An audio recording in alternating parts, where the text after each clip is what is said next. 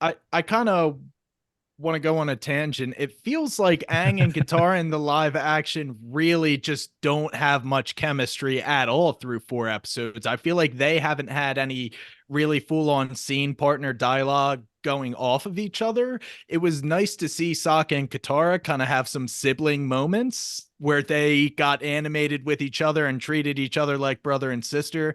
That was good to see. I do find it lacking that the romance element, will they, won't they, between Aang and Katara isn't here, because that was just so intentional by the writers in the animated series from episode one. He has a crush on her. She sees him as a little brother, and it was something just simmering in the background, but just something I'm going to have to get used to, I suppose. Yeah. Yeah, Another thing I have a question about pertaining to Katara is a lot of people online have been talking that her character just feels a lot different. She feels less, the word I was saying a lot, and then I think I agree with, is motherly.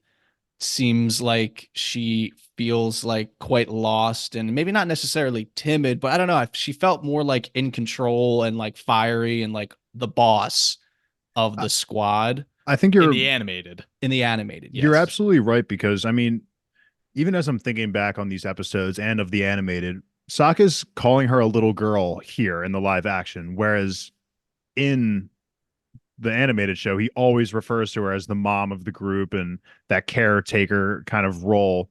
So I think they are even making Katara seem more of a child in the show than they are of her. And they're not really playing up her roles and duties that she had at the Water Tribe and making her appear like that mother figure that she was in the animated show.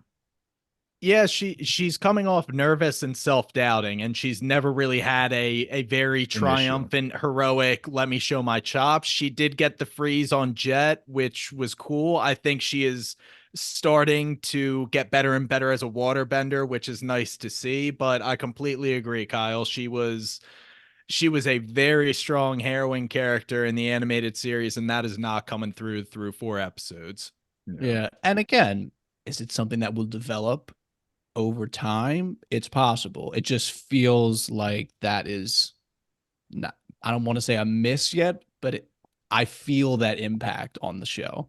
I think it was even at the beginning of episode 3 when Aang is talking to Katara about how to improve her bending and what the air nomads taught him. And that scene just felt cringy to me. Like that wasn't even like a touchy moment for me. Then they start just casually splashing each other. I'm like, this is just so Yeah. forced. It's not, Yeah. I'm not feeling that romantic vibe, and it doesn't feel cute to watch. It just feels kind of cringy as of right now.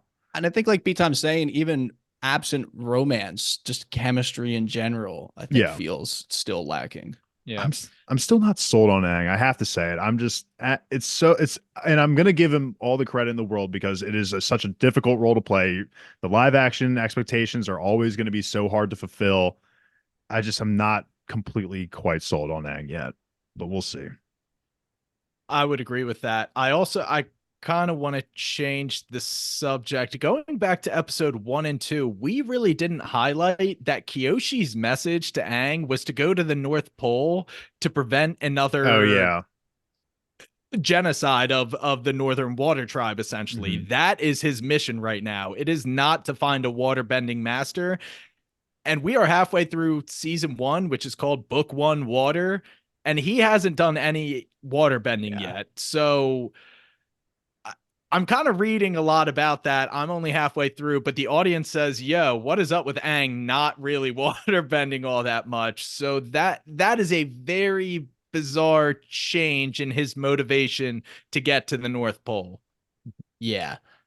It's just, he feels, let's say, the most different. It feels like Sokka is the closest, but we've already mentioned some differences. Katara is closer than Aang, but she obviously, like we Mhm. just mentioned, has differences. And Aang is so tough because they've changed his motivations, which changes literally almost internally almost everything about the character. I think Mhm. Yeah. Aang too is in that Iroh bucket of, he's such a blend of this like childlike wonder and comedy and funny moments, and we get serious moments more later on, but they're really trying to do this balance of serious and funny. at the same time early on. And for me, I just don't think it's working that much. I feel like that's part of like the cringy dialogue moments, and like I'm not feeling like it's working.